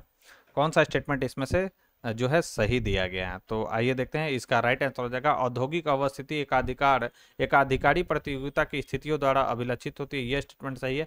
किसी उद्योग की अवस्थिति में मांग को सबसे महत्वपूर्ण चर माना जाता है, यह भी स्टेटमेंट सही है। राइट आंसर हो जाएगा ऑप्शन है। नेक्स्ट है कि नॉर्वे, डेनमार्क, स्पेन, यूके मछली उत्पादन के किस क्षेत्रों में से एक है? तो यह किस क्षेत्रों में से एक है? राइट आंसर हो जाएगा उत्तर पूर्वी अटलांटिक मत्स्य उत्पादन क्षेत्र में से क्या है दोस्तों? एक है। नेक्स्ट है डीगो गार्सिया किस द्वीप समूह पर स्थित है? इंपॉर्टेंट है, याद रखना है। डीगो जो गार्सिया आपको देखने को मिलता है वह चैगोस द्वीप समूह पर स्थित है। नेक्स्ट है निम्नलिखित में से कौन सा चक्रवात की आंख के अभिलक्षणों में से नहीं है? चक्रवात की आंख के अभिलक्षणों में से कौन सा नहीं है, ये आपको बताना है। राइट आंसर की बात करें तो इसका राइट आंसर हो जाएगा अत्यधिक नम होती है, यह इसका अभिलक्षण नहीं है। जबकि बारिश की कमी आमतौर पर सूखी होती है, पवनशील होती है, यह इसके लक्षण है। नेक्स्ट है किस दाब पेटी को अस्वच्छांश भी कहा जाता है? तो किस दाब पेटी को अस्वच्छांश भी कहा जाता है? तो यह कहा जाता है उपोष्ण उच्च दाब की पेटियां जो कहलाती है उसे अस्वच्छांश हम लोग कहते हैं। नेक्स्ट अच्छी तरह से मिश्रित नहीं हुई गैस जो अपने आणविक द्रव्यमान के अनुसार परतों का रूप धारण कर लिए हो, ऐसे वातावरण क्षेत्र को क्या कहते हैं? तो ऐसे वातावरण क्षेत्र को क्या कहा जाता है दोस्तों? तो इसे कहा जाता है हेट्रोस्फीयर कहा जाता है। नेक्स्ट महाद्वीपीय मग्न तट तथा नितलीय मैदान के बीच विस्तृत क्षेत्र को माना जाता है, तो इसे क्या माना जाता है दोस्तों? तो इसे महाद्वीपीय मग्न ढाल कहा जाता है। कल भी ये क्वेश्चन जो है दोस्तों मतलब प्रैक्टिस सेट नंबर 1 और 2 में हम लोगों ने देखा था। नेक्स्ट है भूमि के प्राकृतिक स्वरूप यानी लैंडफॉर्म और भूदृश्य यानी लैंडस्केप के बीच क्या अंतर होता है? यानी लैंडफॉर्म और लैंडस्केप के बीच क्या अंतर होता है? तो इसके बीच अंतर होता है पृथ्वी की सतह के छोटे से लेकर मध्यम आकार के भाग को लैंडफॉर्म कहते हैं, और कई लैंडफॉर्म को एक साथ मिलाने से क्या बनता है दोस्तों? लैंडस्केप बनता है। नेक्स्ट है प्रक्रियाओं जो स्थल मंडल के पृष्ठ को समान स्तर पर लाने के लिए प्रवृत्त करती है उन्हें सामूहिक रूप से कहते हैं। तो इन्हें जो सामूहिक रूप से कहा जाता है वो क्या कहा जाता है? तो इसे कहा जाता है क्रमिक परिवर्तन, यह कहलाता है। नेक्स्ट निम्नलिखित में से क्या तलछट चक्रों का एक भाग है? तो तलछट चक्रों का कौन सा भाग है? तो यह है दोस्तों लौ है। और आज के डिस्कशन का लास्ट सवाल है कि पौधों का फैलाव और प्रवास यानी मुख्य रूप से फूल वाले पौधे कब से शुरू हुआ? तो यह कब से शुरू हुआ था दोस्तों? तो क्रिटेशियस काल से यह शुरू हुआ था पौधे का फैलाव और प्रवास। तो दोस्तों ये थी हमारी प्रैक्टिस सेट नंबर 3 मतलब 3 और 4, जिसमें हम लोगों ने 100 क्वेश्चन को जो है दोस्तों कवर कर लिया। तो वीडियो पसंद आई हो दोस्तों तो वीडियो को लाइक और शेयर करना ना भूले। जो लोग हमारे चैनल से पहली बार जुड़े तो चैनल को सब्सक्राइब कर ले, बेल आइकन को प्रेस कर ले ताकि नए वीडियो की नोटिफिकेशन सबसे पहले आपको मिल सके। और किन्हीं को अगर इसका ये बुक खरीदना हो या और भी बुक खरीदना हो तो उसका लिंक मैंने डिस्क्रिप्शन बॉक्स में दे दिया है, तो आप वहां से जाकर उस बुक को परचेज कर सकते हैं। तो आज के लिए बस इतना ही दोस्तों, थैंक यू।